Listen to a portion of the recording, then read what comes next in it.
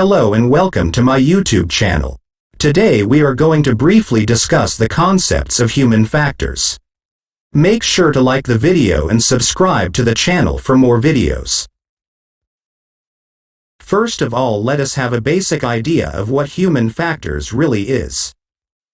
Human factors is also known as ergonomics. The word ergonomics comes from the Greek word ergon, which means work, and nomos, which means natural law. It is the study of efficiency of people in their working environment, or we can say it is the study of human capabilities and limitations in the workplace. Human factors is multidisciplinary in nature. It takes into account the following attributes: human physiology, human psychology, including perception, cognition, memory, social interaction, error, etc. Workplace design, environmental conditions, human-machine interface, anthropometrics, the scientific study of measurements of the human body. Information is drawn from psychology to understand how people process information and make decisions. Understanding of sensory processes comes from physiology and psychology.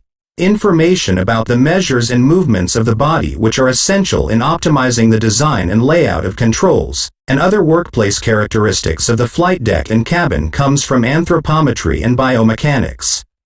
Chronobiology helps in understanding the nature of body's rhythms and sleep, and their effects in night flying and time zone changes. Now, let's move on to the next topic: the aim of human factors. What is the aim of human factors? Well, the aim of human factors is to optimize the relationship between maintenance personnel and systems with a view to improving safety, efficiency, and well-being. Understanding of the predictable human capabilities and limitations and the application of this understanding are the primary concerns of human factors. Human factors is problem-oriented, that is, it is concerned with solving practical problems in the real world. Human factors awareness is essential to make aviation safer and more efficient, and in order to do this, several institutions were made in the past, like the Ergonomics Research Society in 1949, Human Factors Society in 1957, which is now called Human Factors and Ergonomics Society, and the International Ergonomics Association in 1959. What is the need of human factors in the aviation industry? Well, the answer is simple: human performance is one of the main reasons in the majority of aircraft accidents. It has been noticed throughout the history of aviation that more than 70% of accidents takes place due to human error. Errors made by humans may not always be due to carelessness or irresponsibility, but several factors may be associated with it, like inadequate training of personnel, badly designed procedures, or the poor concept or layout of checklists or manuals.